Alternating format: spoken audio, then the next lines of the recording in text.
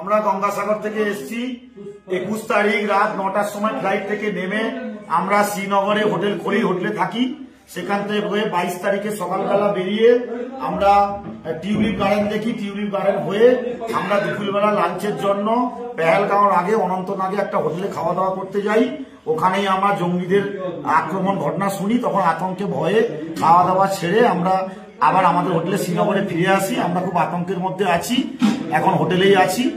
না, সেরকম স্বাভাবিক পরিস্থিতি এখন নেই, এখনো গুলিগোলার লড়াই চলছে। আমরা বাড়ির দিকে রওনা দেবো বিকেলবেলা। এরকম তো টিকিট পত্র কিছু পাচ্ছি না, দেখি টিকিট পত্র কোথায় কি পাই। ফ্লাইটও পাচ্ছি না, ট্রেনও পাচ্ছি না। জম্মু যাওয়ার জন্য রাস্তাঘাটও তো বন্ধ। দেখা যাক। আপনারা এখানে কোনো সহযোগিতা পেয়েছেন? না না, তেমন কিছু সহযোগিতা পাইনি।